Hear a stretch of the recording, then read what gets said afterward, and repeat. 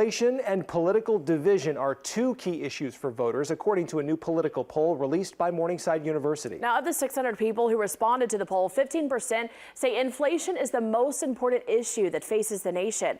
Just behind that, 13% say partisanship is the most important. Now, other top issues include immigration, government structure, and gun policy.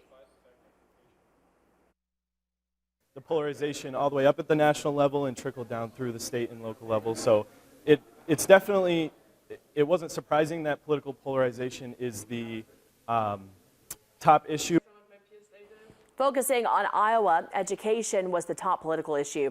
On Governor Kim Reynolds' school choice law, 72% of Democrats strongly opposed the law, while just more than 62% of Republicans at least partially favored the law. I hope that those that are dissatisfied actually try to do something about it and want to help the country move forward and fight for the issues that they are passionate about.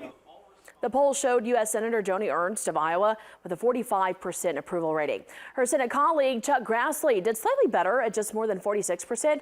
President Joe Biden's approval rating came in at 42%.